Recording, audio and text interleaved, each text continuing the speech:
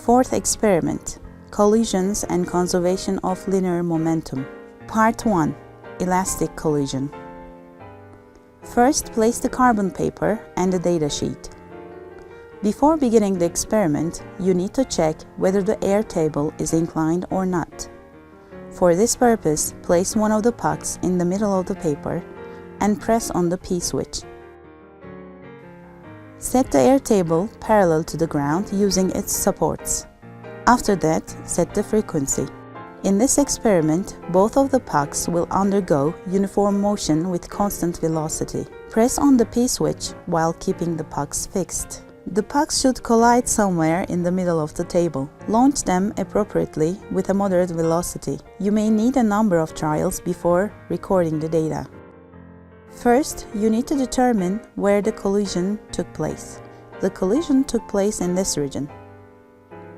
It is necessary to determine the velocities of the pucks before and after the collision in order to observe conservation of linear momentum. For this purpose, first determine the velocities of the pucks before the collision. In order to determine the velocities and hence the momenta of the pucks, begin by determining the directions of motion. Choose 3 consecutive intervals near the collision region. Measure the distance between the 0th and the 3rd points.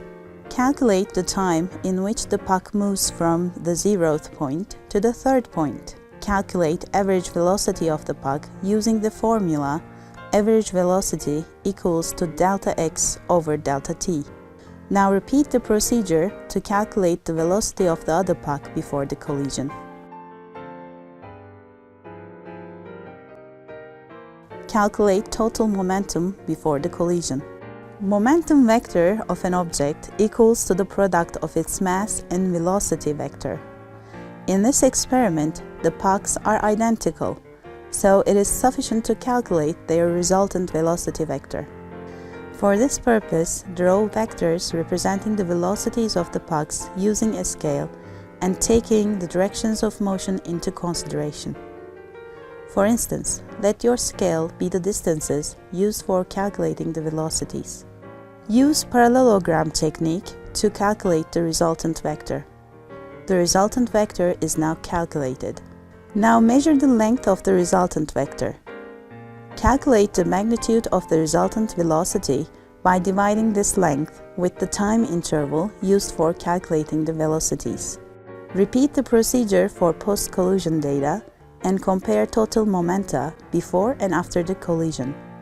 Using the calculated velocities and the masses of the pucks, calculate and compare total kinetic energies before and after the collision. In the end, examine the motion of the center of mass.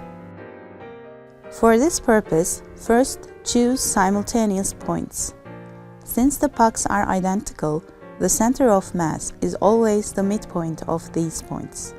Using those points, calculate the velocity of the center of mass before and after the collision. With these calculations, you have tested the conservation of linear momentum and kinetic energy. Part 2: Inelastic collision. In this part of the experiment, the pucks should stick together and move as a single object. For this purpose, Velcro bands will be wrapped around the pucks. It is necessary to wrap the bands tightly.